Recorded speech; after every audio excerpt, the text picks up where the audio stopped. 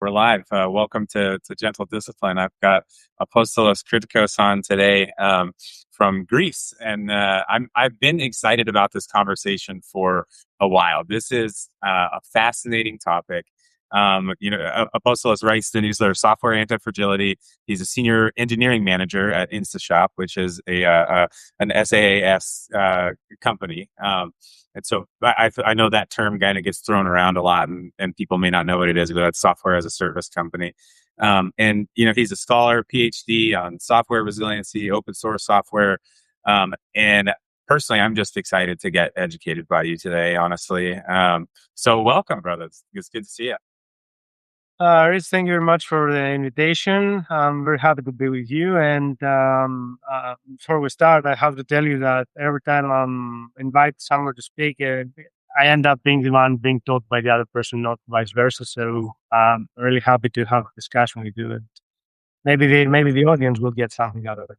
That's cool. That's like such a good quality of a lifelong learner, right? Like you're just always. I'm just always so curious. This topic in particular, though, I'm not going to be able to teach you very much on it because it's.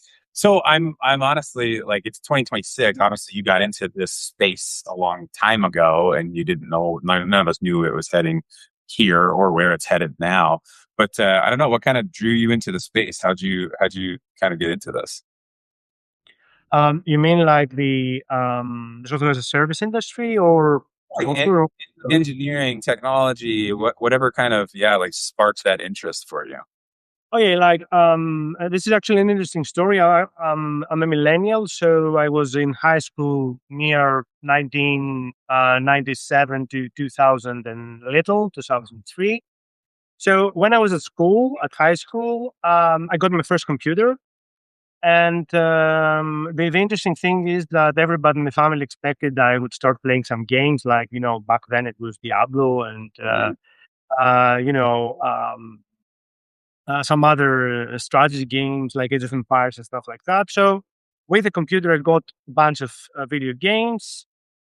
Funny enough, I didn't like them very much. Actually, everybody else in family was playing them, and I was doing other things like trying to see how the office suite was working. And eventually, after I learned a bit my ways around the computer, I discovered programming. And it was back then, it was, console application things, black and white screens with commands, doing some simple scripts like, financial calculation and stuff like that. But it was really fascinating because back then, when you didn't even have, mobile phones, smartphones and stuff like that, it was very cool to make the computer do something for you. So that was when I got the bug. And then in the high school, there was, like extracurricular activity that happened that we had to do some Christmas cards with programming to celebrate the millennial. I don't know how many people remember that, but 2000 New Year was the millennial. So our teacher said, okay, let's do a small group of people that will create Christmas cards with this very old, basic language, graphics, and let's learn something out of it. I was very, very interested in that. I ended up getting the first prize. And after that, I knew that I wanted to do programming in my life. I was very fortunate to attend the public university of my city, Thessaloniki, Apostolos University Thessaloniki. um, and then I just continued in wanting to learn more. I do a master's in the same faculty, and then eventually I started a PhD. In the long, as this was happening, I discovered open source pretty early, and I got hooked with the idea that people that don't know each other collectively build things online, and amazing things were happening back there. I mean, you were entering the internet, and there were people very, very eager to tell you things and help you learn and get better. And this community inspired me a lot, and that's how I ended up being an engineer. It's so cool, and it's funny, all the stuff you mentioned. I was playing video games, and I was not doing programming and stuff. I remember we would have like because we got our first family. It's crazy how different it is now compared to just 30 years ago, And we got our first family computer, and it was just one computer that went in the office, and it's had its own thing, and everyone took a turn on it, if you wanted to be on it. But I remember having like this. I graduated high school in 2005, and yeah, millennials rock. So I remember having like Diablo LAN parties, and it's funny. I grew up playing a lot of sports and stuff, and video games and jocks go hand in hand. Like everybody, like we'd have football, football camp and do 3 days, but we would always be playing video games in the background. But it's funny because I remember dial-up internet and how slow everything was, but how unique it still was. You could still find anything you wanted, and that led really all the way up until it's still today, but there's nowhere to look. But it didn't feel like we were just being inundated with stuff coming at us all the time. It felt like we were doing the searching, which I appreciate those days a lot. But something you mentioned a couple of times now is open source, and so I would love to kind of get into that for me as well as listeners who may not be super familiar with the alternatives and what open source is. Okay.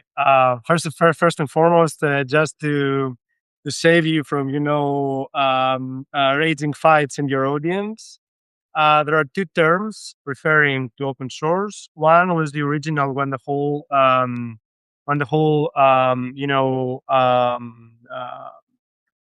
can I say the whole concept of openness brought with Richard Stallman. It was first called free software, and then eventually it became Free Libre Open Source Software. This is the full acronym. But then somehow the community split in two. We have the free software proponents and the open source software proponents.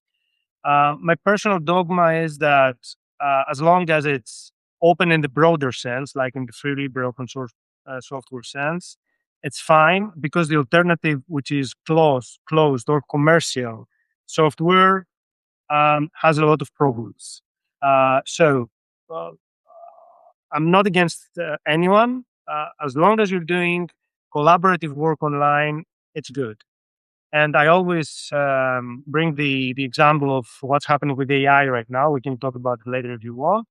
But if we compare how AI is being evolving to how internet evolved, which was completely free and open because Sir Tim Berners-Lee and CERN decided that it will be open and it will be given openly to the people, we understand how much good open infrastructures and open philosophy does to the world. So open source is software that is being available free for everyone, not only to run it, so not only free as in beer, but also free as in speeds, which means you can do whatever you want with it. You can study it, you can change it, you can copy, you can alternate it, you can evolve it with the limitations that, one, you have to attribute the original author, credit the original author, and two, in most of the licenses that exist out there, to give back to the community what you have done as a change once you've got the original software and worked with that. Not all the licenses do that, and there are a lot of fights about that, but let's not go into details. When we say open source or open in general in the digital economy, it's something that can be shared freely, extended, and given back to the world. Mhm. So I have so many questions, and I don't think we need to wait to jump into AI. That's the pertinent topic, But as far as I guess first I want to establish, like, in an open source concept, how do you achieve consensus in order to build on top of whatever's been built? That's actually very simple. I like the question because I've never been asked something like that before. So it's very simple, actually. You create a software, you upload it in what we call a source code repository, like, for example, GitHub. And then you choose a license which enables other people to work with that. For example, the MIT license is a very known one. It's not the only. GPL, GPL is another license. So once you do that, you actually create a public repository where all the people, coders and not coders alike, can go there, download the software, copy it, work on that, and then GitHub offers us simple ways to update the original repository or create what we call copies or forks of the repository. So I can have my own version of the software, which is slightly different than the original one. I can send the changes back, but maybe the original leaders of the original open source software don't want to take all of them, or they need to do changes before, or whatever. So that's how it works. It's pretty simple. And basically, if the fork is adopted, then it kind of maintains and takes over or whatever. I don't know that.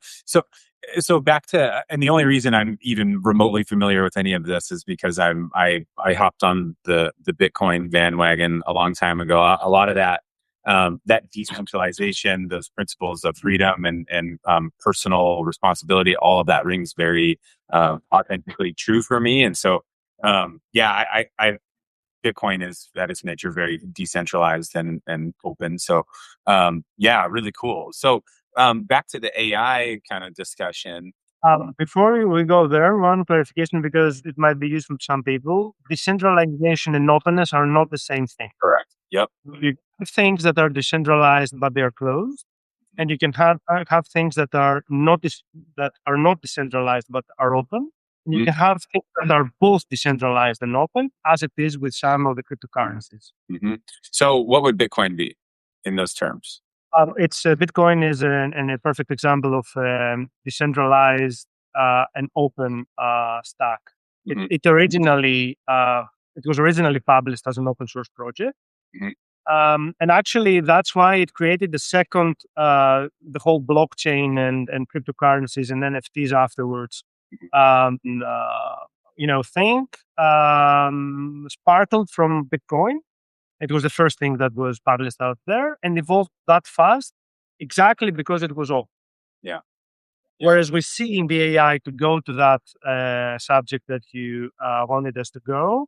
Whereas what we see in AI is evolution, but not because the community works on that, but because a lot of big companies are putting money for it to evolve. This is a very different way that things evolve there. But there are source AI companies, correct? Or yeah. So I don't know. I don't know anything about, because it's very centralized in the States. And I think, you're seeing a few, the ChatGPT, the OpenAI, Anthropic, Gemini, these companies kind of rise to the top here. But I am aware that there are open source that are at least comparable. Maybe they don't have all of the capabilities, but I'd love to hear what your thoughts are on that. Oh, look, there are open source AI models for sure. Some of them are variations of the models that the big companies like Anthropic or Meta or X with Grok and what they publish, of course. And it has been done since the beginning. It's not something that they were forced to do in the later on, because you know what? Parenthesis here. Those big companies actually benefit from the open source community, because you share something openly, and then you have a lot of great minds voluntarily work and making it better. So it's like it's beneficial for them. But of course, as we can all understand, when you have like all those models and pricing schemes and extra features that are happening every day that include subscriptions, you want to keep your latest discoveries and your latest models for your clients actually, and that's the only difference with how the open source applications evolved over time. So there are open source models, there are AI models, there are closed source AI models, and there are closed source AI models that gradually are being opened as they evolve. But to answer your question, with the open models that we have, the variations that were done from the open source community have led to some very, very capable models. Mm. And I'm reading online, actually, I'm not an expert on AI, but what I'm reading online is that from people that are benchmarking them, is that some of them are thought that at some point will be able, to be equally good and, have their own terms and journey over time. Yes. I'm sure there are advantages and disadvantages to both. And I think I'm certainly interested. The technical aspect is interesting for sure, but I'm also interested in just kind of the ethical advantages and disadvantages. I don't know. What do you think about where you stand on it? Uh, I'm a person that for my own education, I read a lot about ethics. As a Greek, we have the philosophy of Aristotle, which was the fathers of ethics in history. I have studied as a child, and I have studied it as a student, and I'm still studying some of his work. So yeah, there is a huge thing about AI and ethics. Also, just not to promote Greek ancestors, like Asimov's work on AI and ethics was hugely important, and we still read about those things. Two things on AI and ethics. Unfortunately, whatever is closed source cannot be validated from the larger community of programmers and users. So, yeah, if something is closed source, the level of ethics of the application is entirely connected with the ethics of the company that produces it. Mhm. And that's so I'm not misunderstood here. I'm not saying that big companies are unethical, but I'm saying that the company that has something that is closed source, if they are unethical, we can never know about it, or we will not know it until it's too late. Uh, on the contrary, when something is open and the specs are open and the code is open and everything is open, it can be tested and studied from several people, practitioners or tech-savvy users. And there, everything is out in the. For example, when Bitcoin was published, that you mentioned before, there was a lot of skepticism on how easily it can be hacked. And originally, the way it was created, it was very difficult to be hacked. But we see that as it evolves, there are new things that happening in terms of threats and vulnerabilities. But because the project is open source, we can understand the attack and the source code and see how easily it is to be penetrated or not.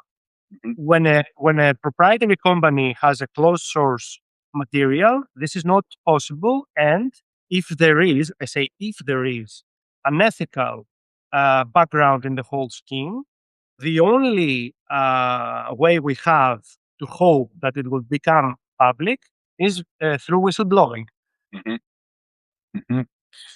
This is such a fascinating topic to me because anytime that you've got a company whose um, mission is dedicated to its shareholders, and so you've got public companies who they owe money to their shareholders, and that is what they have to do. And so I also would like to believe that these big companies are not necessarily unethical, but it is hard to prioritize ethics when money is prioritized over the rest of the equation. And so, yeah, it's really interesting. And I think specifically with AI, there's so much more to come with this. Like we are just at the very, very beginning. And so, man, I'm just so curious as to what's going to happen. Already you're seeing all sorts of lawsuits and about intellectual property, and there's this idea that they've mined the collective, human library of thought and publication, and then now they're selling it back to us, and that's an interesting concept. I don't know. What do you think about that? I was reading in, I think it was yesterday. I didn't finish it. Mark Zuckerberg Hmm. published a letter which is called "The Future Is for Everyone," in which and subtitle is "The Path to a Positive AI Future."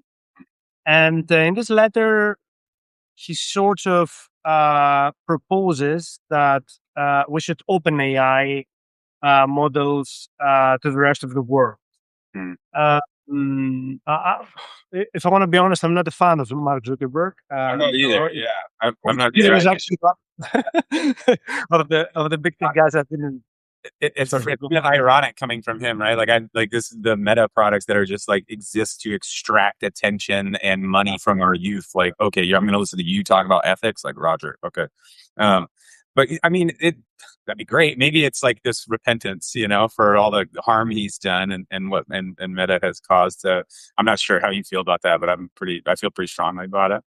I'm only mentioning that just to make the case in what you were asking before, that the companies that are profitable and they have shareholders and stuff like that, they are obliged to have a strategy and an agenda. Otherwise, they will not be sustainable in the long term. And it's something that we know and we understand. And if you have been in the tech industry for so long as I have been, and you through the beginning, you see that they are growing very fast because technology changes so fast. Mhm. So the choices are sometimes hard and they involve things that are in the gray area. So when I read something like that from Mark Zuckerberg, I have to think of it in two ways. One way is that, for example, Facebook and Meta in general has been benefited a lot from open source because most of the things that are done are based in open source libraries. This is free work for a company, and this means profit in the long term if you think about it. So it has his reasons to want to, for example, support an open AI ecosystem. But on the other hand, we also know that, for example, Meta is kind of back as far as AI goes. So maybe this is like, one can say this is, like a marketing move to pressure for opening things up so that the community asks for more open source AI. And then if the other players are obliged to do that or are forced to do that, then they benefit because they will get the know-how. What I'm trying to say is that everyone that listens to us and wants to be in a position to judge right what's happening with AI needs to study AI. Mm. I'm not saying, like read 100 books, but watch some, credible sources, see some analysis on both sides. Don't be afraid to write what things AI is not good at or what harms are coming from AI. Like read all the aspects, form an opinion, and then keep getting better as it Yeah. also.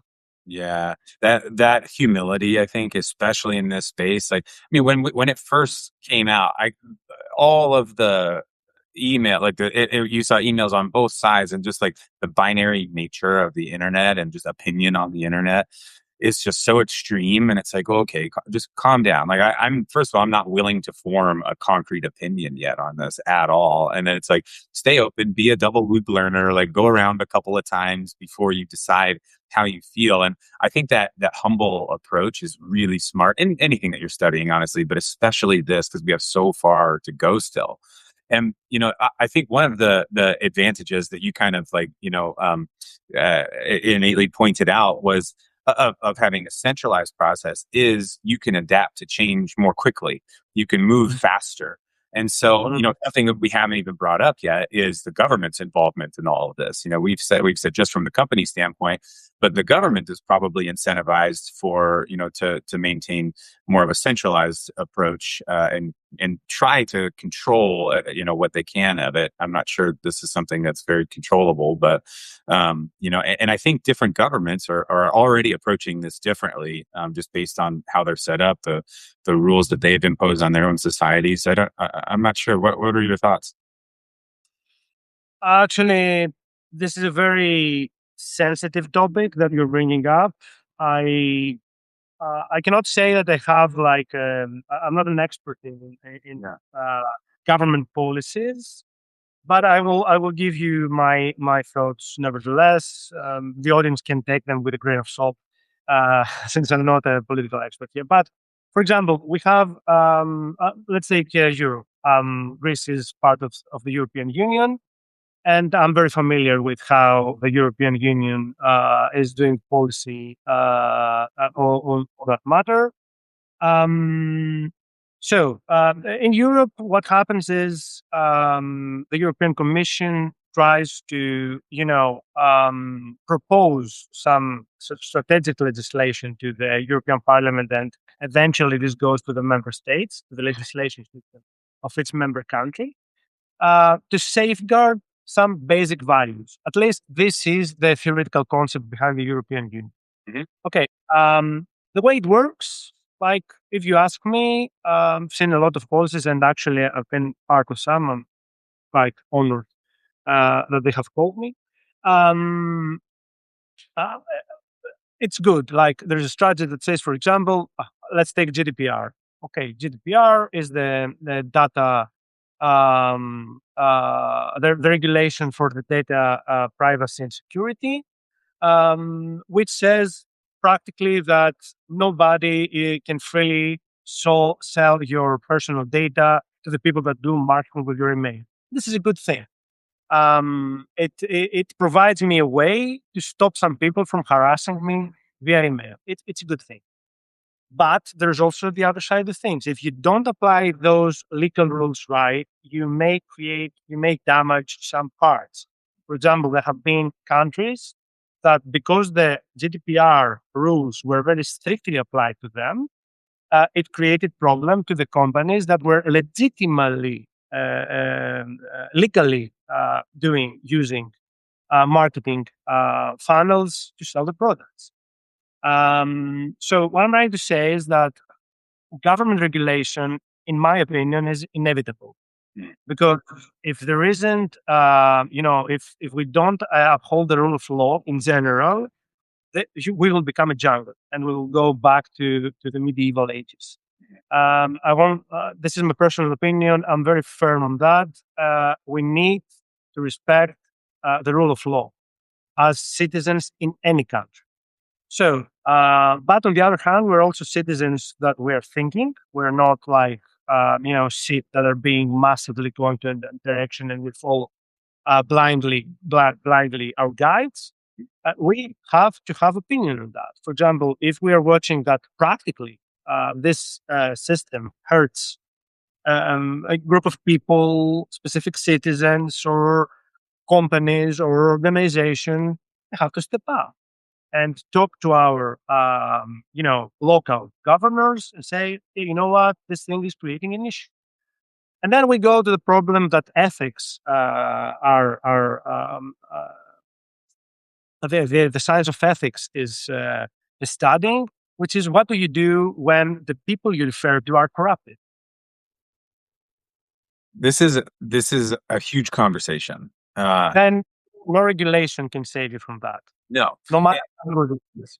No, yeah, and then who, we're seeing it with these like flock cameras in America right now, and it's like the CEO of Flock is like, so vehemently against opening up their data to citizens and us watching them, and they, only a terrorist would want to do that. It's like, no, like we just want to do the same thing that you want to do to you, and so it's this are who's watching the watchers and this whole thing. So really interesting, but with AI in particular, there's so many lanes we could go down right now, between public education and how to use it ethically and how to make sure, we're using it mindfully and that we're teaching kids how to think still and not just, read. Because at the end of the day, I hope that artificial intelligence is a way to project human consciousness. It's not a separate entity.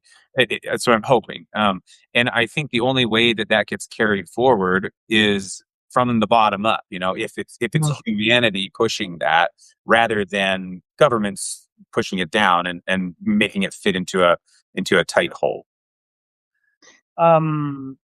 Actually, the thing that you're just mentioning is not an AI problem. It was there before AI came. For example, I was following Mozilla's Mozilla Foundation's work on that, and they have a very good project. I don't know if they continue doing it, but at some point they had a project where they were checking famous toys that were becoming Christmas presents, Mm. and they were seeing whether they whether they were jeopardizing the privacy of the people that the toys end up with. So there was a specific toy that it was like a smart cat or animal that the kid could talk to. Yep. And I believe that they found out. So what Mozilla Foundation was doing, they were getting some of them, trying them, and then reporting whether they were safe in terms of privacy. So I don't remember the name of the toy, and maybe it's not also relevant to discuss it here. But there was this toy which was, like an animal, and the kid could talk to it, and then the animal was smartly replying with some predefined answers. But what we understood eventually was that the because for the animal to answer, they need to briefly record the voice of the kid and understand what the kid is saying. Right. So what was happening is that the toy was recording 24/7, Mm-hmm. and it Mm-hmm. was recording the rooms it was 24/7. So it was Yeah. also the parents' discussions and the discussion that the parent would have with a lawyer, and the legal discussion and an economic and logistic accounting discussions. And these were not being deleted, like never. It was in the database, like they were being kept in perpetuity. We don't know if it was an error because they wanted to have some backups for something or not. But uh, I'm trying to say that with AI, as with all the technologies before it, um, there isn't always a way to monitor and validate what the creator does with the applications, stuff like that. Yeah. And that's why regulations are good to exist. I'm a proponent of regulations, as long as we can have like a committee, let's say, kinds of committees that can give feedback on those regulations and continuously improving them in the benefit of the humanity. Yeah. Yeah, which introduces, there's all sorts of, issues with that as far as, and it's all, usually comes back to money, but we don't, I'd rather not get into that. I feel like there's more meat to be found on this other technology bone, but, and whether it's negligence or purposeful, ethical, like in the case of recording people's conversations, to me, it's inconsequential as far as the law is concerned. Like the law needs to protect that needs to stop that from happening. But yeah, I think another example is social media and just how it started and where it is now, in particular with Meta. And I remember when I was in college, Facebook was only for college. And I was at West Point. It was not like we were doing a ton of Facebooking and probably more than you'd think. But it was like it was this dumb like competition who could say the funnier thing on the other person's wall. Basically, it was this dumb thing. And now I look at it and I'm like, holy shit, this is just it is just an extraction of attention. And you look at the screen time people are spending and the hours and hours they're sinking into these apps and the money. I mean, the money that they're being, advertised with. I mean, it's billions of dollars of research just to go into this algorithm that is extracting attention. And I'm like, on one hand, I wouldn't say I'm okay with it, but I understand that it's a company and that they're trying to make money and that they're very successful at doing it. The problem that I have is when it's put in the hands of kids who cannot, who don't know better, who don't have the same tools to learn and the same, a chance to practice different disciplines with it.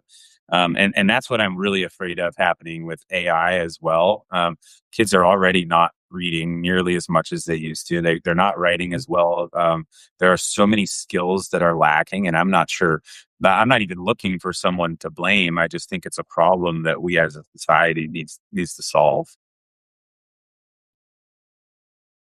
Um, Okay, I'm laughing a bit because I'm watching us as we speak, and I believe that the answer to what you're saying is actually in your background. So there Mm. is archery and a mini piano or something. Mini plants and a few. Yeah. And I'm mentioning that because I firmly believe that all the problems that you're saying and all of the other things that we can think of have all the same solution, which is education. Mm. What Totally. we're seeing today, and I believe this is a global phenomenon, it doesn't have to do with Greece or Europe or the States or whatever, is that we are seeing a decrease of the quality of education worldwide. And if the kids don't have like mentors as they're growing up, like teachers, to inspire them in trying to seek the truth in what they're doing, not their truth, the truth. Yeah. Mhm. This is, I'm absolute on that. There aren't many different truths that we have to combine somehow. There is a truth and there are opinions. And of course, we can go to the truth by comparing different opinions. That's the healthy way of doing a discussion. But the truth is one, and it's our goal.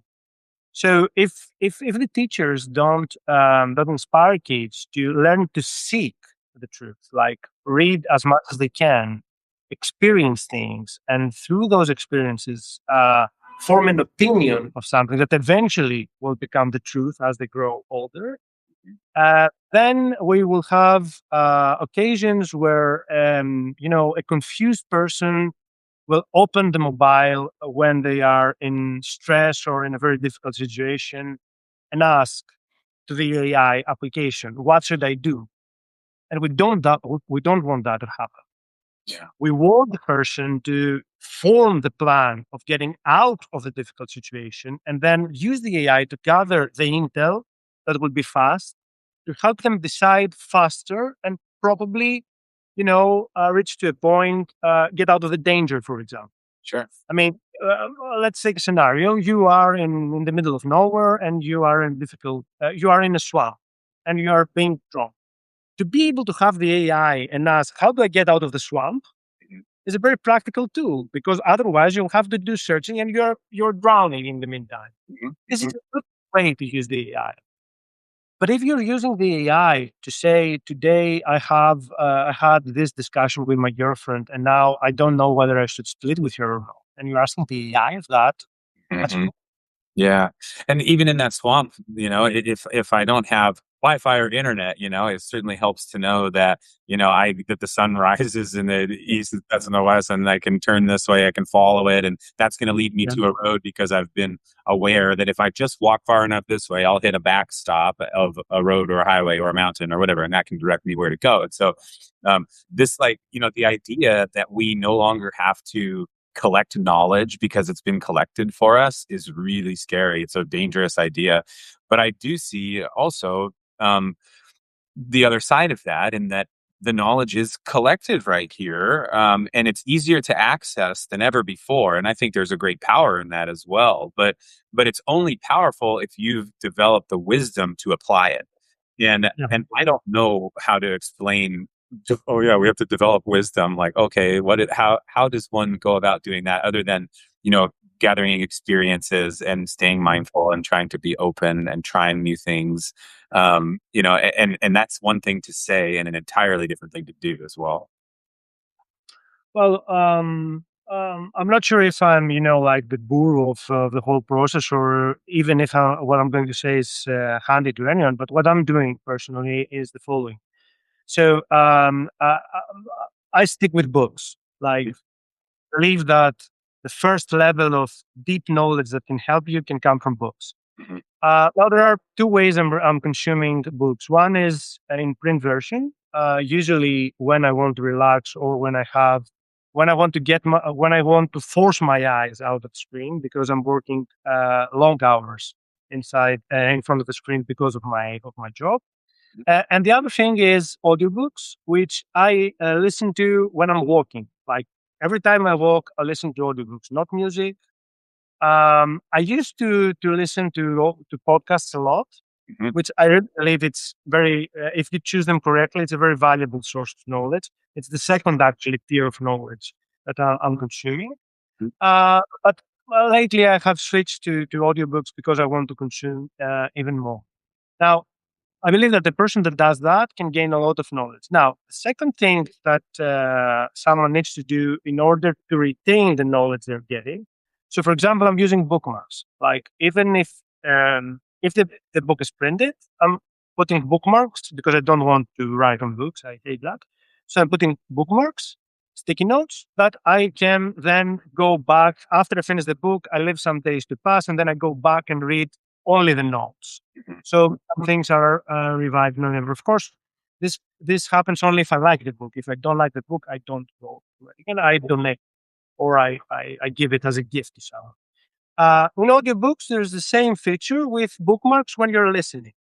So this is a good way to come back to the knowledge and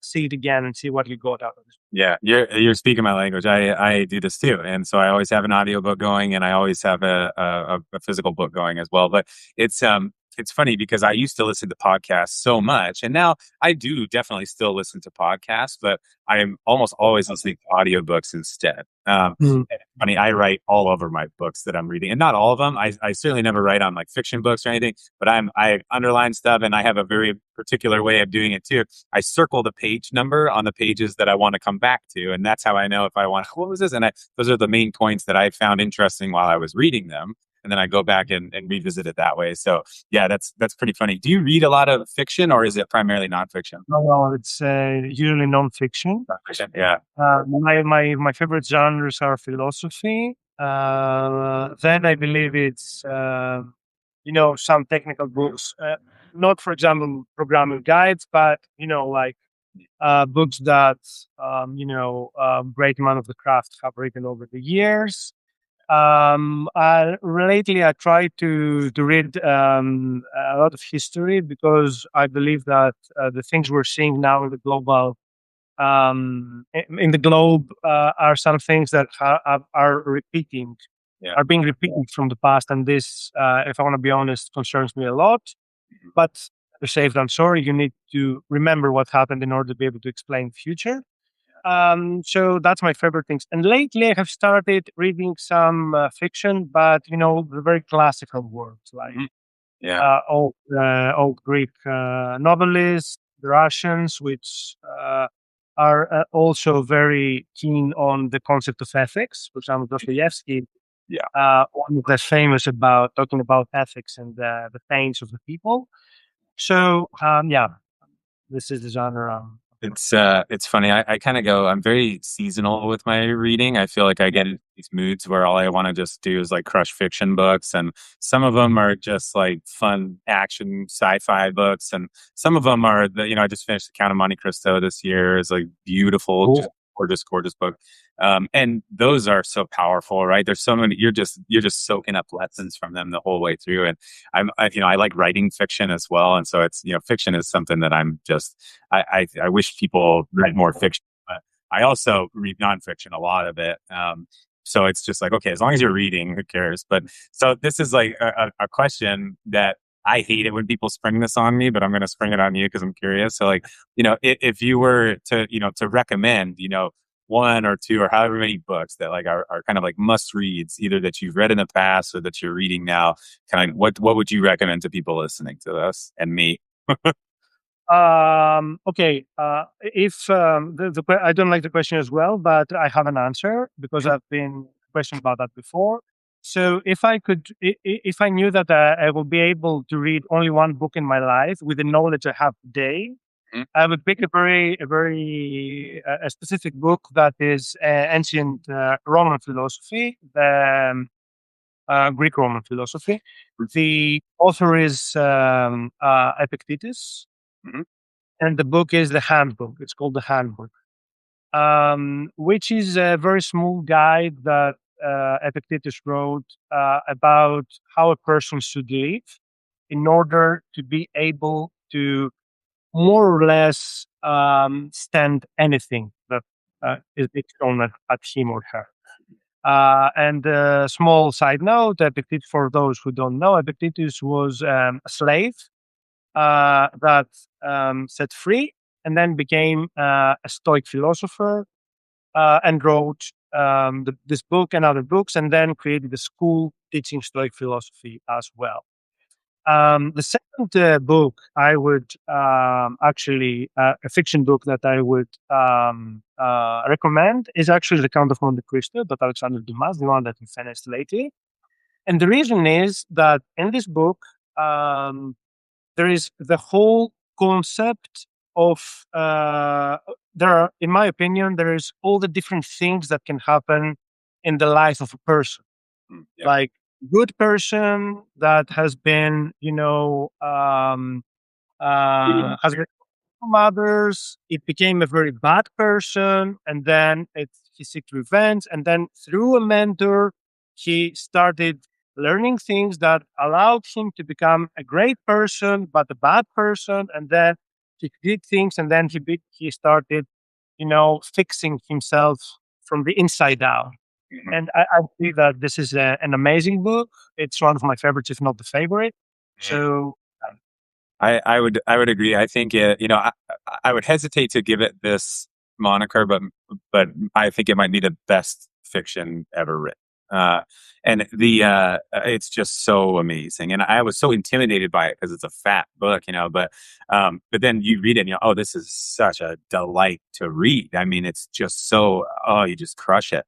And I just love the message, of just like the point of life is wait and hope. That is what we do as humans, wait and hope. And that's a really beautiful thing. But yeah, it's cool. You mentioned, the Stoicism, obviously, and there's so much to that Stoicism that we can apply in our normal lives using a lens of Stoicism. And I'm a huge Marcus Aurelius fan. Epictetus is amazing as well. Like there's so many good Stoic scholars. But what I find really interesting that I actually didn't know about meditations, and I was writing about meditations of I don't know, a month or so ago, and I was just researching it a little bit more because I've read it multiple times, but I didn't know that he originally recorded it out on campaign, wrote it in Greek. For and it was titled, I think it was for him or for himself. I think it was for him, and he wrote it for himself, and totally did not intend for anyone else to see it. And it was just a way for him to reflect on what he was going through, which to me makes it even more powerful. yeah, actually, the Greek title is called Taise Afton, Mhm. which means notes to myself. Yes, to myself. And what he was doing is like he was in the battlefield most of his life. And this is the first contradiction because we have an emperor that has lived most of his life in the battlefield, Mhm. but it was remembered not as the emperor, but as the philosopher. Mhm. This is the first contradiction. And I believe that the movie, the Gladiator movie, also tries to paint this picture of Marcus Aurelius in the first part of the movie with the crow. Now, this was a journal that he was writing as he was speaking to himself in in a way that he was mentoring. He was trying to mentor himself. Mm. Like every day, I want to read what I wrote the previous day and help me become better. Mhm. And the amazing thing about meditations is that actually is a very good book to read if you want to practice journaling, Mhm. like meaningful journaling, like journaling that can help you become better and correct yourselves in many things. Because the human nature, and we see that also, unfortunately, in politicians, is that they forget easily. Mhm. We forget easily. Let's not take ourselves out of it. We forget easily, and this is a very bad habit of the human being. Yeah, and I think just having a conscious approach to who you are, that's something that we forget about too. We're so, I've had this conversation recently and we're so focused on the doing of things and, we're so focused on accomplishing, okay, like what do I have to do to be successful and to be this person that I want to be? And, I have to make $1 million and I have to start this company. Even if the doing is helping people, right? Like if I have to help them, these people figure this out, all that's great. But we get so focused on the doing of things rather than the being of who you are. And if you just, if you understand who you are, you understand the man that you want to be, and you just try to be that man, then the actions follow. And that's something that was very evident. It's something, from Marcus Aurelius that lasted as long as it's lasted and will continue to last. It's such a powerful message. Well, one thing that I'm thinking lately, and I'm very concerned, and also for myself on that matter, is that all this exposure in social media and stuff like that created a need for the person to write for the audience, Mhm. whereas those people were writing things, and I happen to know about it because we had some great figures that our teachers talked about them when we were in high school. Greek people.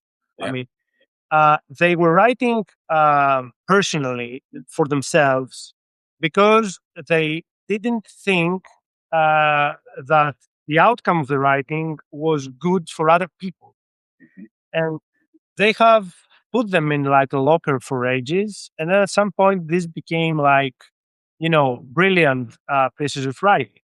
But if you come and think about it, like the person was writing again and again the same things to improve them only because they wanted them to be perfect before they showed to other people or the public or the general public. What we're doing right now, we're saying, okay, and I'm including myself to that. Let me post that so I have something posted today. Sure. It doesn't matter if it's 100% perfect or whatever. And also, the coaches are telling you that. Mhm. Done is better than perfect. Is a motto of Facebook. Done is better than perfect. Mhm. Okay, sometimes it may be because you want to achieve a goal, but in order for us to, I believe that to present like groundbreaking work, like really high quality work, you need something to be written and rewritten again and again and again. Mhm. To know what you're writing. For yourself too. And it's funny, right? Because you have to be able to hold all of it at the same time, because it's like Marcus Aurelius didn't have Facebook either. So it's like things look a little different these days. They didn't have Substack there to put out his daily thoughts and stuff. Not saying he would have, but it's a fascinating thing, right? Because on the same hand, it's like, okay, well, if I'm not comfortable, some of the stuff that I put out, I'm like, this sucks. And then that's the stuff that I get the best feedback on. And so I'm like, okay, well, this meant something to someone else. So yeah, like keep getting your stuff out there, keep pushing it out there. But I think what you're saying is deeper though. And it's like, you're not writing for like with an outcome in mind that someone needs to read this and they'll change their whole life, or they'll, pick up open source rather than closed source. Even though if they did, that'd be great. And that outcome will actually come easier if you are writing from your heart and from like who you truly are and what you truly believe. Like you'll have a bigger impact if you write that way. And I've certainly seen that.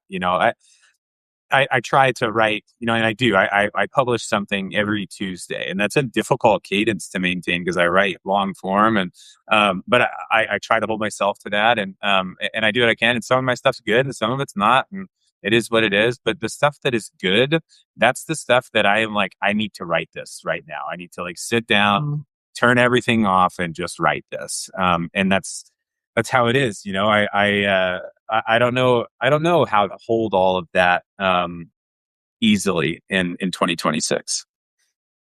Look, I'm gonna say something, and also it's sort of like shameless self promotion.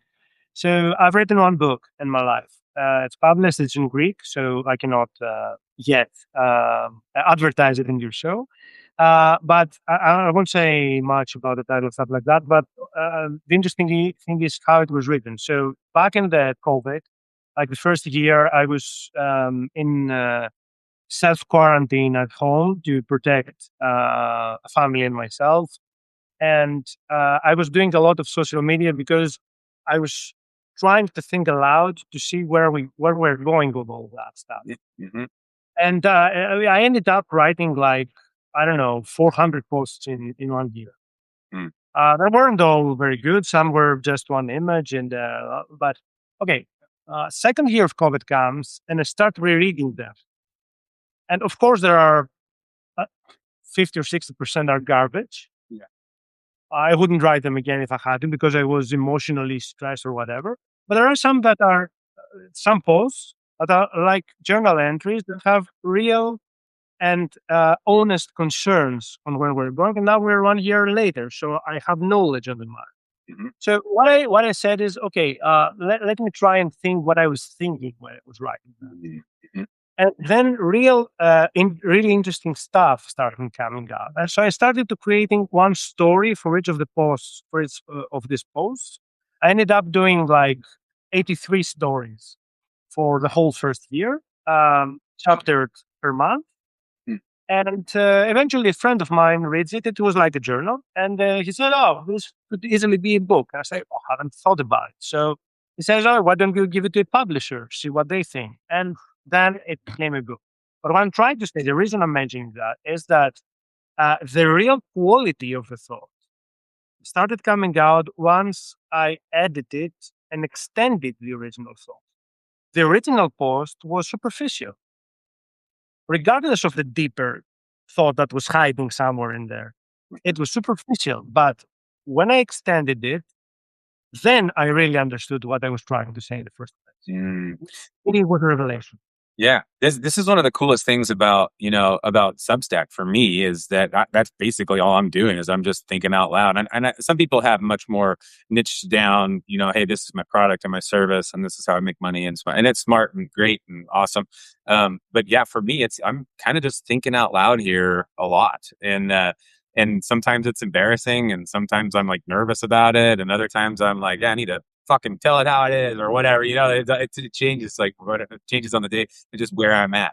But yeah, I think this is a really powerful thing, and I'd still like a copy of your book, even though I don't speak or read Greek. So super cool. Okay, yeah, I expect it to be translated in English as an ebook sometime fall 2027, 2026. So I will definitely send you a copy. Are you gonna write more? Um, I'm actually I'm actually doing two books now. One is strictly professional. I'm doing it with a friend. So we are debating on some experiences we had on the software as a service industry from the product and engineering roles. And actually, we're doing it in. Actually, this is the first time I'm mentioning it online, so you're first. We're doing it in a very interesting way. We are recording conversations like the one we're having right now, and then we try to transcribe it, and then with AI we organize it into a book, and then we do editing, and then with AI again we organize it and so on and so forth. And the second one, and the second book that I'm writing for fun, it's the second book, a personal book.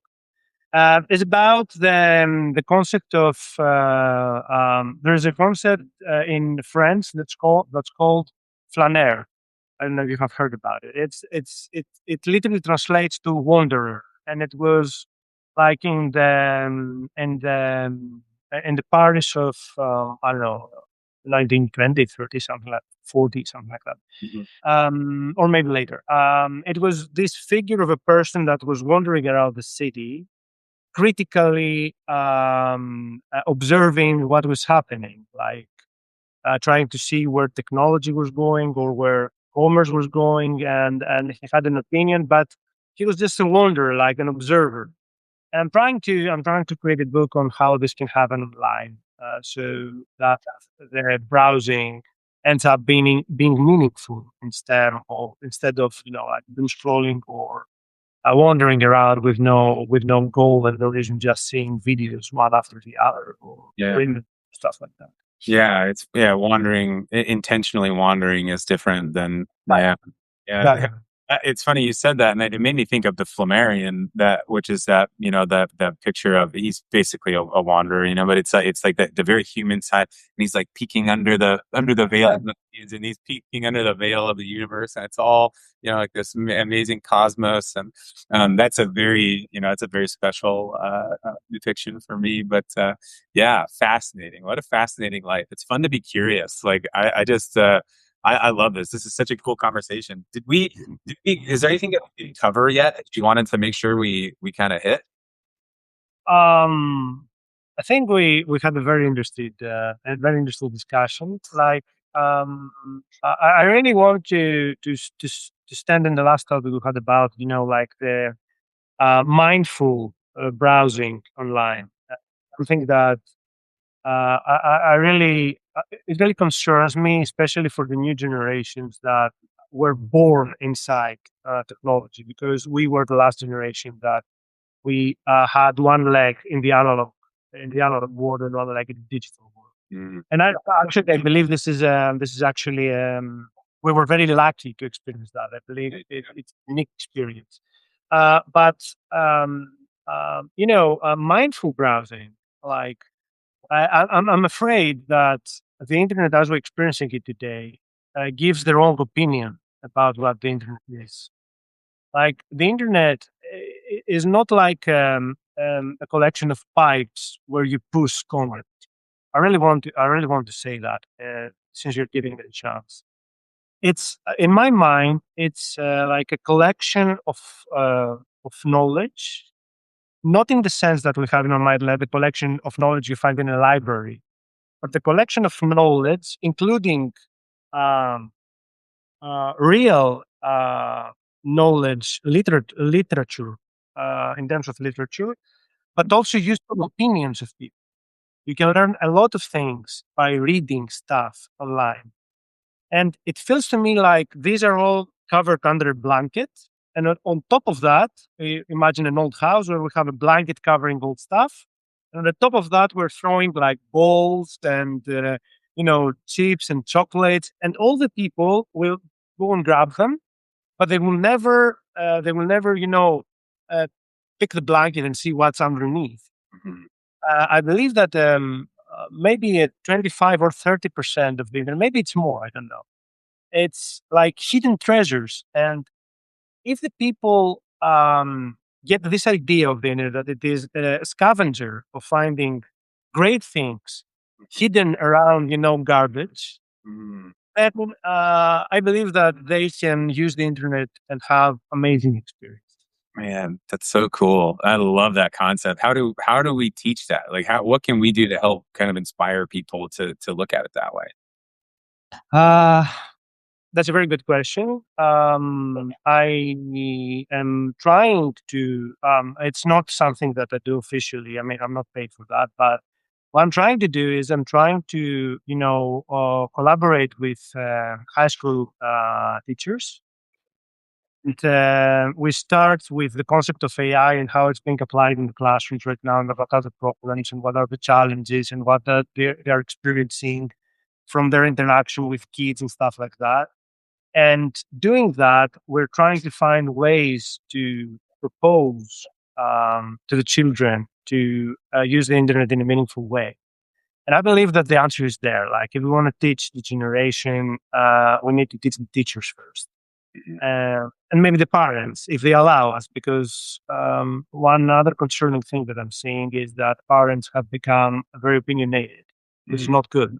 Mhm. Uh, and just not to be misunderstood, I personally think that usually a parent knows what's best for its kid. I don't have kids on my own, by the way, but it's okay to come to with a grain of salt to another opinion that comes from an educator. I mean, you're trusting in the general scheme of things. You're trusting your kids' life, like 12 years in the middle education system, the secondary education system, in the public or private school that you're choosing. You need to have an honest interaction with the person that mentors your kid at this age, Mhm. and not, go against them and say, "I know better. You're useless." Yeah. It's not a good thing, and it's happening more and more, I fear. Yeah, and that's probably, to some extent, it's a combination of things. It's never just one thing. It's always more complex, but it doesn't help that everyone has become so opinionated on the internet. Everyone is an expert, and that's you see these rage and all this, anger online, and it's funny you mentioned us. I love what you said. One leg in the analog, one in the digital. That might be the title of this show. It's pretty cool. Or this episode, but I remember that too, and it was awesome. Mom would kick us out in the summer, right? Like, go, don't come home till dinner, and we go ride our bikes and get in trouble and get nasty and beat each other up and do dumb stuff. And then we come back and we would have, like Friday night fights. We could watch the boxing matches, and then we could play Sega Genesis for an hour or whatever. And it wasn't, it wasn't like it is now, where technology goes with us everywhere, and your mom is tracking you via your location on your phone and all this. And I don't know what the answer is. I'm not claiming that I do, but I know that there's a better way. There's a more intentional way to do this dance for sure. I believe that a good way to deal with technology is to first think what we want to do with it and then use it. Whereas, yeah, I'm fearing that we're doing the exact opposite. Like, we are getting carried away from our, enthusiasm in knowing new things, new shiny things. We're trying to find new experiences to experience, but then, because this is superficial, sometimes it's a superficial need at some points. Then we need more. There's all we know. It's like a small addiction, if I can use the term, like a small addiction that I can have more. I know I can have more. So where can I find more? But most of the times we experience a new technology, and I catch myself, for example, using it for some time and never ask myself, what can I do with that? What can I really do with that? Like, Yeah. what can I do with Spotify apart from using it to play DJ at a party at a friend's bar? Yeah. There are podcasts in there. How many people are using it for listening to podcasts? Um, Same goes with YouTube. There are documentaries there. Mhm. How many people are watching documentaries on YouTube? Mhm. There are in the internet. There are 360 degrees museum walks all over the world. I can actually, for example, experience some things in in the New York Museum, and it's free. Mhm. How many people know that? Yeah. Who is going to tell the internet user that this is an alternative to short, rabbits TikTok videos with stupid challenges that are making that are risky for small children? Mhm. Mhm. Yeah. What is the regulation there? Yeah. This is something that should be regulated. And how are governments treating? Or at least parented. I mean, like, this is again, I couldn't agree more with what you said earlier in the show. Education. This is the answer for everything, is education, because a government should not have to regulate what's on my child's phone. My parents, a parent should be able to do that and know the difference. But it's really, I think technology has the. I actually found myself struggling with this lately. I kind of I wrote about it a little while ago. My internet went out, and I was like, oh, perfect. My internet went out. And I was like, because I need to get my head around this whole thing. And I wrote down, it was like a shot from the universe, and it was just like, okay, I wrote it down on a piece of paper. It's up on my wall right now on my deck or my door. But I wrote down, like, okay, you've been focused too much on productivity, like bring back creativity. And I underlined it. And it's like that was a big thing for me. I think everyone's journey with this stuff is different, but I was so fascinated with what AI could do for me and how it could increase my speed to iteration, and it could do all this stuff. And it really is amazing, right? It lets me run, all of these different things I've got going on, relatively, I wouldn't say simply, but but it lets me do it, and it lets me have a good time while I'm doing it. But if we just, let it hijack our creativity, and all we're doing is just using it to produce, like, oh no, it's bad news bears for me. I think I'm gonna say something that you will relate to. So, for millennial, for example, first essays we were tasked in our education and secondary education, for example. The only way we could do it before internet was to go to a library and actually, put the books on the table and start combining information. This is useful in the internet because it creates an investigative mindset. Mhm. The problem is that today with AI, the AI can help you do the exact same thing. You can use the AI as the librarian, Mhm. but you can also use the AI as like the uh, big uncle that can do the essay for you. Mhm. So we need to teach people because it's not the kid's fault if it says to AI, I have an essay. I don't want to do it because I'm bored. Do it for me. Mhm. This is legit. Mhm. Do that, or she can do that. It's something that I would do as well when I was a kid, with using, for example, a relative that was. It's okay. It's not bad, but we need to teach the children that there is the other way. If you're really interested in the topic, you can use AI as a librarian and get the most out of it. Mhm. Because at some point they would choose it. Maybe not for every essay that the school gives them, because if we want to be honest, some topics are really boring for some people. Sure. Yeah. Nobody can argue with that. But uh, uh, we don't want the kids to go with the opinion that I can always delegate my decisions and tasks to AI, so that I don't have to put the effort or push myself, and I can then go and have an experience like eat dinner or go out or play. You're Who do you bringing up think? you're bringing up so many good points right now, and it's really kind of changing how I thought about this because I mean, you're right. We've always had, you could always pay the smart kid to do your essay for you or do your homework for you. You know, that's been around forever. Now it's just available at commercial grade, at commercial readiness to more people. And so we'll see who takes advantage.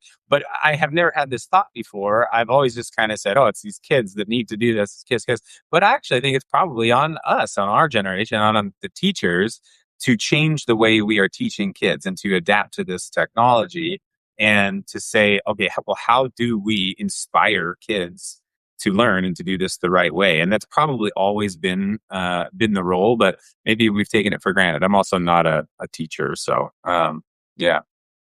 Actually, the initiative I told you about, collaborating with teachers, comes from a well-known AI monitoring tool. I don't know if you're okay to mention it online, but it comes from that, and it's mainly organized in the states. Like we are. Do you want me to mention it? Maybe. Yeah, it's a free for all here. You can mention whatever you want. It's GPT zero. It's Okay. the tool that tries to monitor whether a text has been made with AI or not, or an essay or whatever. They have an initiative which is voluntary, and it's called responsible use of AI in classrooms. I am actively an ambassador to that in the tertiary educational system, like the university. But one of the tasks of the ambassador is to initiate conversations with second grade teachers, and discuss all those challenges that they're facing. And if I can share an experience, like I have done that now with three schools in my hometown, and the vibe is amazing. I mean, you cannot imagine that the teachers coming, how concerned are and thoughtful are for the children. Like they really want to help them do the best they can with those two. Sometimes not even themselves have all the information and the experience and the training that they should have from the system that prepares them to be teachers, like lifelong learning and all. And they are so humble, like saying, I mean, I want to use it, but I don't really know how to use it in the specific subject. Like I'm teaching chemistry. I can think of how I can use AI to that. Can you help me? Like humility in those people that really inspires me as well. And I believe that this is where we should focus as a society. We should strengthen the educational system, strengthen the educators, so they can produce more critical thinking citizens. And if I want to be a little radical, because this is a very actually friendly podcast here. Thank you for inviting me. If I want to be a little radical, I believe that's what the most of the governments are afraid of, like Yes. critically thinking citizens that can stand uh, opposite them and say this is wrong.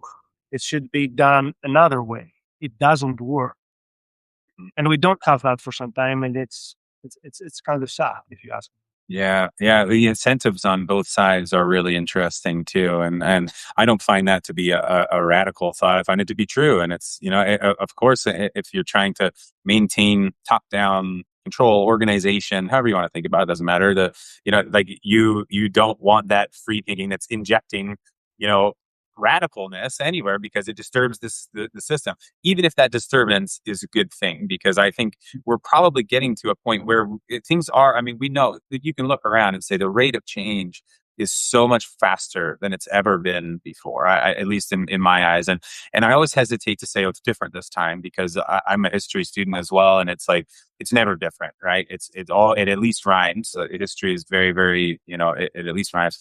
And that being said, though, people are now kind of clinging to these concepts of okay, well, we need it's going to be a combination of capitalism and communism, and that's what's going to get us out of this. And it's like, okay, well, what if it's something else? What if it's something that that we don't know what it is? We've never seen it before. What if this, there's this, I've said it before, it's like the tribesmen never saw the rise of the medieval knight and feudalism, and they never saw the rise of the factory worker and the corporate serfdom that we see today. And, there's something else coming on the horizon, but we don't have to worry about that. Like, we don't have to install a system in order for it to work. We just have to do better as humans. And I think that's what this whole conversation has been about, which has been really refreshing. It's been really, really cool.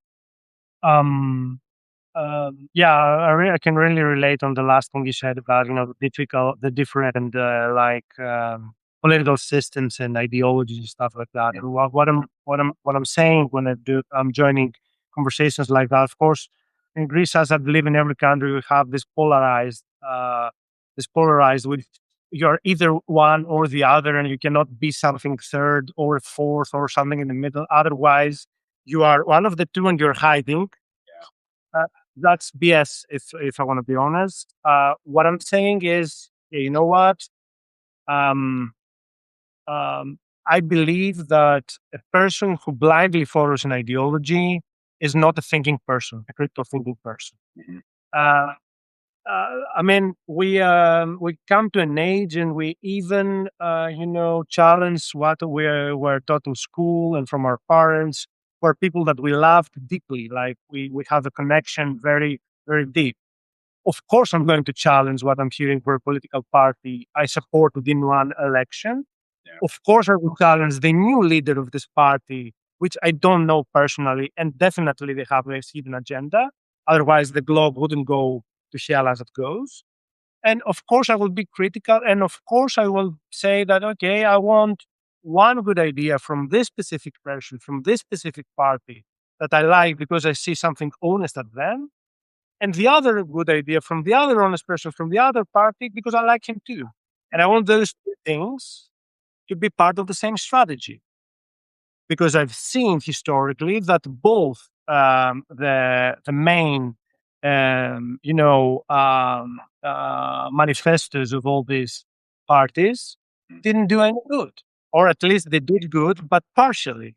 Mhm. So I 100% agree with you. This is an age where the old political system is dead, in my personal opinion. Yeah. And we need to start supporting and believing in people with honest feelings, good ideas. Yeah. Yeah. I love it. I love it. This, yeah, and that's everywhere right now. It's very confusing, and it's very, people like to label, but this is the beauty of science is, no, I see new evidence, and so I'm allowed to reevaluate that evidence and add it to what I've already collected, and then form new opinions about whatever objective truth that I'm seeking. And so, yeah, really, really, really interesting. It's funny because we're talking about technology, and now kind of politics is coming into it, but it's like this. I love this idea. I think blockchain technology is brilliant, and I think it's kind of. I read a book a long time ago called The Sovereign Individual, and that's one of my favorite books ever. I think it's so powerful and they get so much right.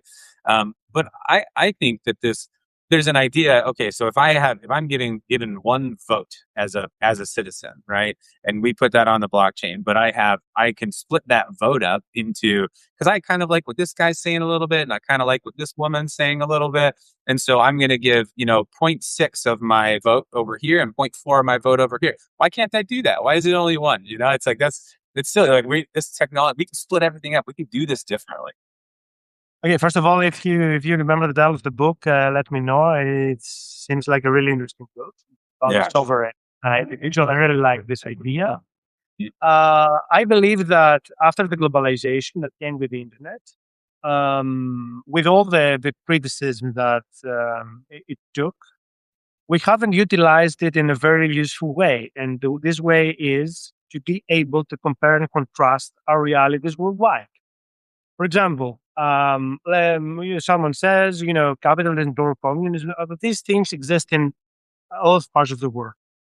Whenever I'm talking with people from other countries, I mean, this is a huge benefit of living in the European Union. You go on a scientific trip and you meet 15 different countries to their representatives. This is an amazing experience. And different cultures that living in the same umbrella. I really love that about the European Union. And you get the same concerns of these political systems. This means that those people cannot rely on them anymore solely, which is exactly what you're saying. I want some of that and some of the other. Mhm. But we can't have that because the political system needs to be stable for specific reasons. Mhm. Not the part not to be discussed in this podcast, of course. So what I'm trying to say, what I'm trying to do, and I'm mainly failing at this moment, if I want to be honest, is I want to ignite some conversations in social media. And then what I realize is that there are armies of users of those thinking systems that will come and ruin the conversation. And I really cannot understand how those people that claim to be in favor of democracy can do that thing. But this is also one very interesting thing for the people that are watching the conversation when they will go and vote next year. You can see the supporters of those ideologies and see how they act in public discourse. And if this is the way they act in public discourse, maybe I don't want to be part of those. Just, I think we should expose this thing more if we can through our public, discussions. Yeah. And the other idea in all of this is that what we see online, I've really started to notice this. And I eventually I got off Meta because I'm like, I'm done with this. Like it trying to take my time all the time, steal my attention. And what I was seeing, I'm like, whatever. So, and I'm done. I'm so happy that I got off that platform. But what I saw online was so different than my lived experience. And so I'm like, if I can't trust my lived experience and I'm supposed to be just buying what I see online all the time, I'm like, this doesn't make any sense to me. And so I'm uh, much more informed by my own lived experience now than anything I read online. I take everything with a grain of salt now, and there's good stuff to be taken still. Okay, I'm going to say something more. Please kick me out. Feel free to kick me out of the podcast when you want. But I believe that the solution is what you're saying, or at least something that's really helpful for me. And I really suggest it to all the people that I discuss with is you can focus on your local administration. Like you're living in a city or in a village or in a neighborhood. There is a small, reflection of the whole world. You can focus there and try to expose the things that are not working there. Like talk with, the governors of the municipality. They are easier to read because it's in it's near you. You can grab them actually in a market or in. I try to do that. In the specific city I'm living, I'm not very optimistic with the results because I see the same thing that I see at national level, which is people that are claiming to care for the neighborhood or the city or whatever, trying to avoid the conversation. But the thing with the municipal level is that if you publicize that to social media, and this is a good use of social media, and maybe you can manage and make a change in the next election, which is something you cannot do in a national level. And of course, I believe that in the States you have the same problems. Yes. um, well, what's the now that I have you? What's happening there? Like, what's the current situation in Europe? I mean, I'm probably not the best person to ask. First of all, I'm very, I don't know, apolitical. I guess I thought it was hilarious that so many people were pro Trump in this last election, because I'm like, do you not remember? No matter what you think, like, you know, think whatever you want about the person, right? Like, I'm not okay to talk about his personality or his character, his ethics or whatever. Who okay, I totally see why people don't like the guy, obviously. But for me, it was more like, do you not remember in 2020 when all the money printing happened and COVID and all this stuff? And it's like, now we're facing directly the results of that money printing regime, where it was all, collected at the top, and we've hit massive inflation. Everything is just completely. I'm waiting for the shoe to drop, I guess, and doing the best I can. But I mean, it is what it is. But I try to communicate that, like, any centralization of power, regardless of the team that you play for, or left or right, doesn't matter. Like, centralization of power is bad. In most cases, there are some cases where, okay, can we protect life, liberty, pursuit of happiness? Like, yes, that kind of centralization is important. But for the most part, it's a good thing. And there's just power grab after power grab after power grab happening here. And now I think people are so confused by the messaging that has been put out and what they're being told to believe.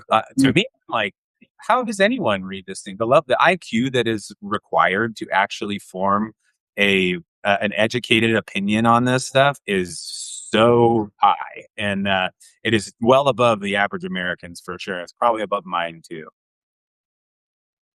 Well, you know what they say: if you are feeling you are apolitical, maybe it's because there isn't a right political system out there. I certainly don't think so. Not right now. But I'm also not looking to be a part of one of those. That's what my whole thing is personal sovereignty, and it's developing ways to generate income for yourself, being physically self-reliant, and accomplishing financial sovereignty, and then jailbreaking your mind. I really, those are my four pillars, and that's what I try to teach, because it's been such a boon in my own life. I don't I'm waiting for the day that I have to care. I'm sure it's coming. But, I was a gym owner during COVID in 2020, and that was hard. It was crazy. It went so different than how I thought it was going to go. And that was a really eye-opening moment for me to see how much power these people actually had over their population.